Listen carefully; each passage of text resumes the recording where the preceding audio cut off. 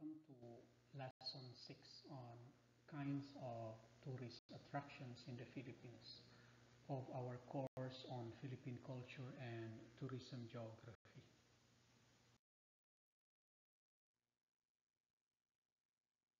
First, let's have an introduction to tourist attractions. Today's lecture will focus on understanding the types of tourist attractions in the Philippines. As we know, tourist attractions are core to any travel experience, often showcasing a region's culture, history, and natural beauty. So by learning more about these attractions, we also become better equipped to support sustainable tourism in our country. So at the end of this lesson, the students are expected to be able to differentiate man-made attractions from natural attractions.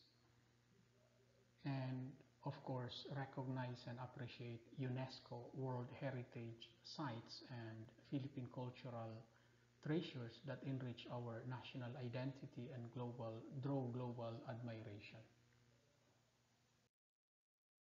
Now let's define man-made and natural attractions.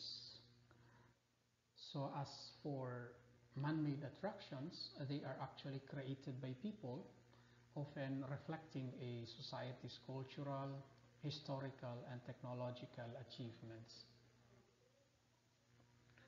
These sites range from historical structures and monuments to contemporary recreational facilities. Whereas historical sites, these include landmarks, monuments, and buildings of historical significance representing an era or event important to the nation's heritage.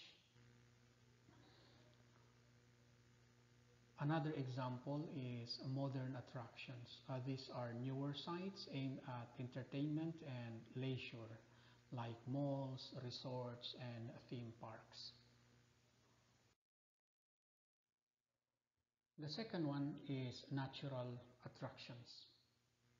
So in contrast to the man-made attractions, natural attractions are areas that have developed without human intervention, showcasing nature's beauty and diversity. So these include landscapes, beaches, mountains, rivers, and other ecosystems. So if we try to differentiate the two, we can deal with the definition, the purpose, example, and maintenance needs. So in the case of man-made attractions, they are structures or sites built by human effort, whereas natural attractions are features shaped naturally over time. And as to the purpose, when we say man-made attractions, they highlight cultural, historical, or recreational value, whereas natural attractions showcases ecological beauty, the diversity. And as for examples, when we say man-made attractions, we can cite museums, heritage sites, resorts, theme parks. Whereas for natural attractions, we can cite mountains, beaches, coral reefs, forests, among others. Then how about maintenance needs? For man-made attractions, they require periodic restoration and preservation. As for natural attractions, the focus of the maintenance must be on conservation and ecological protection. So all in all, the key takeaway is that man-made attractions often reveal stories of human development, while natural attractions draw people closer to the Earth's natural wonders. Now let's proceed to some examples of prominent man-made attractions in the Philippines. Of course, we can cite the Intramuros in Manila. So this historic walled city was constructed by Spanish colonizers in the 16th century.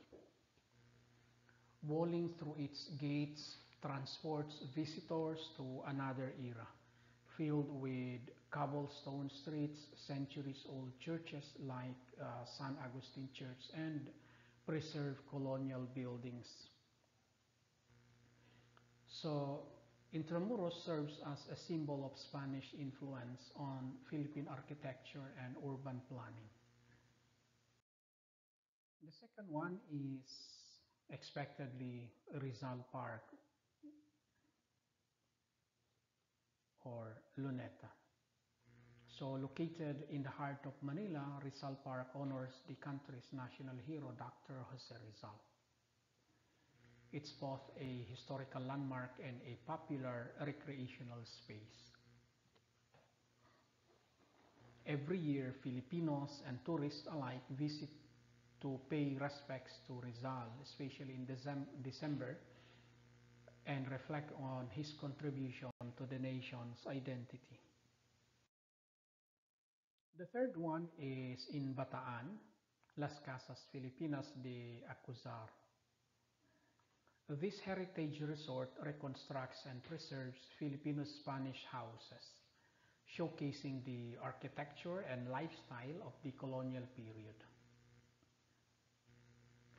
Uh, Las Casas Filipinas de Acuzar is an immersive cultural experience, actually, allowing visitors to experience a living museum.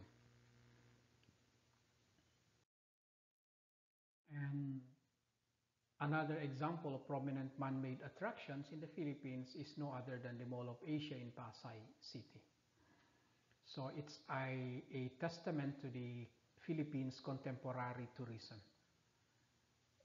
And this sprawling mall features shopping, dining, and entertainment options, thereby symbolizing the modern Filipino urban lifestyle and consumer culture.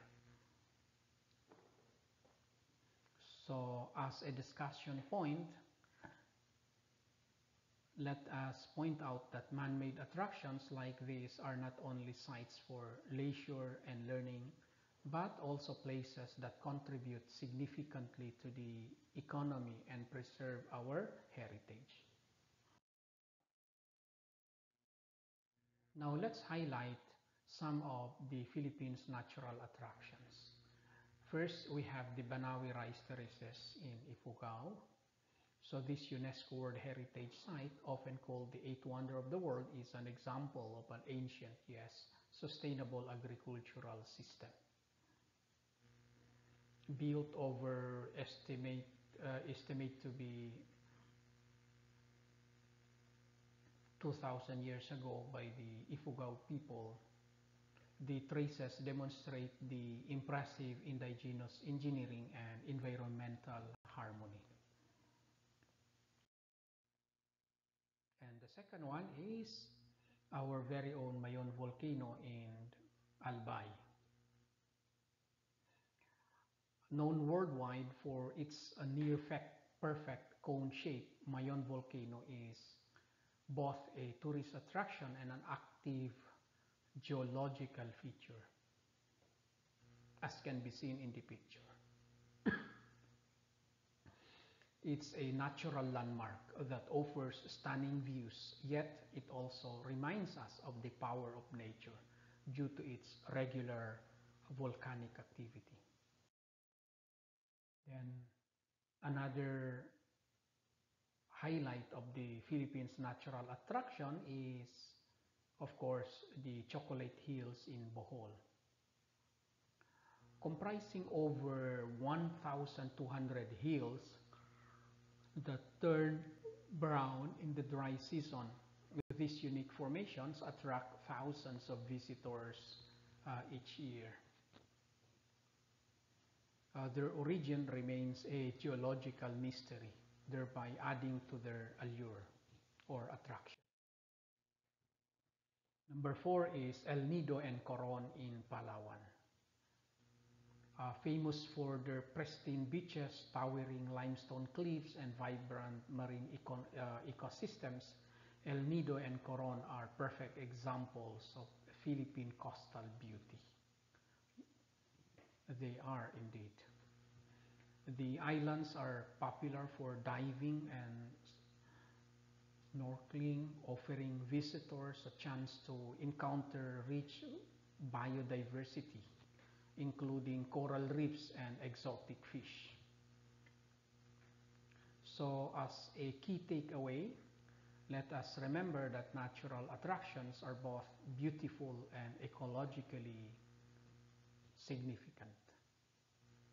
They offer unique insights into the country's geography and ecology, urging us to prioritize conservation efforts. Now let's proceed to the UNESCO World Heritage Sites in our country.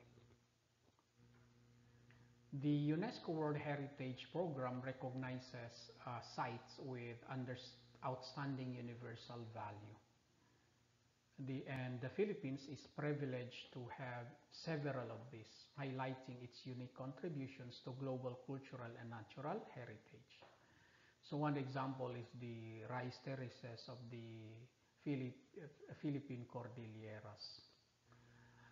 Beyond their scenic beauty, these terraces are a living cultural landscape actually, exemplifying sustainable land use practices developed by indigenous communities. Another one is the historic town of Vigan in the Ilocos. As a preserved example of a Spanish colonial town, Vigan is known for its fusion of Asian and European architectural styles. It's actually a living museum with heritage houses, cobblestone streets, and antique shops. Then we have also Puerto Princesa Subterranean River National Park. This site is famous for its underground river, which flows directly into the sea through a series of stunning limestone caves. It's no doubt a marvel of natural architecture and biodiversity.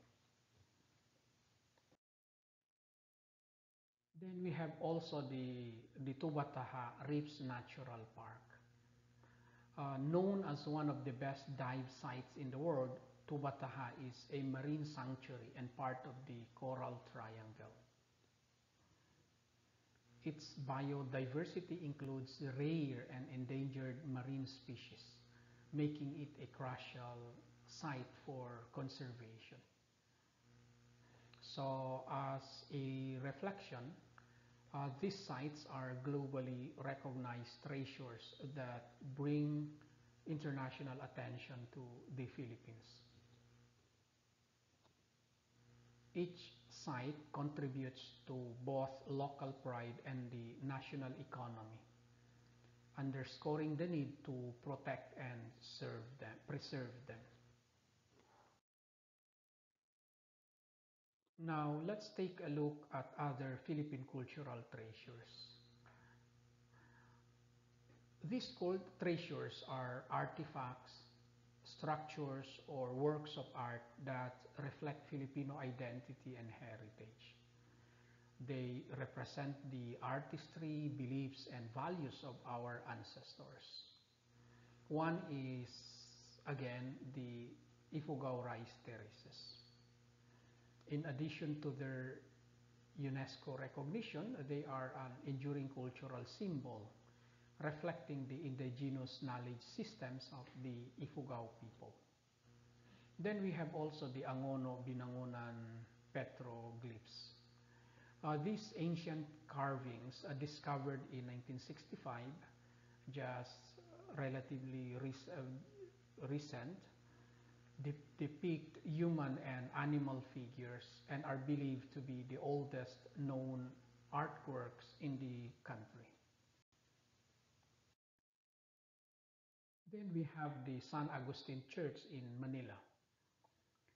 Built in the late 16th century, it's the oldest stone church in the country and part of the UNESCO designated Baroque churches of the Philippines. Its architecture and interior artworks are testament to Spanish influence on Filipino religious life. So as a reflection, we need to remind ourselves that these cultural treasures connect us to our past, showing us the values and artistic achievements of our ancestors. And by preserving these treasures, we maintain a tangible link to our history. So, what are our key points for today? First, we differentiated between man-made and natural attractions in the Philippines. We explored UNESCO World Heritage Sites and Philippine cultural treasures that highlight our unique cultural and natural heritage. We also discussed the role of these attractions in both our national identity and economic development, and also by emphasizing the need for conservation and sustainable tourism. So as a final reflection, let us not forget that as future hospitality and tourism professionals, let us always consider how we can contribute to sustainable tourism practices. And let us pose this question to ourselves: how will I work to balance tourism growth with the preservation of these irreplaceable sites? So as references, we have enlisted here some of the references we have used. And next meeting, we will we will proceed to the next lesson. So as we conclude, let us remember that our heritage and natural resources are treasures that contribute to our identity as Filipinos. So let's protect them for future generations to enjoy and appreciate. So next meeting, we will talk about the tourist or tourism geography of the National Capital Region, or NCR. So thank you and see you.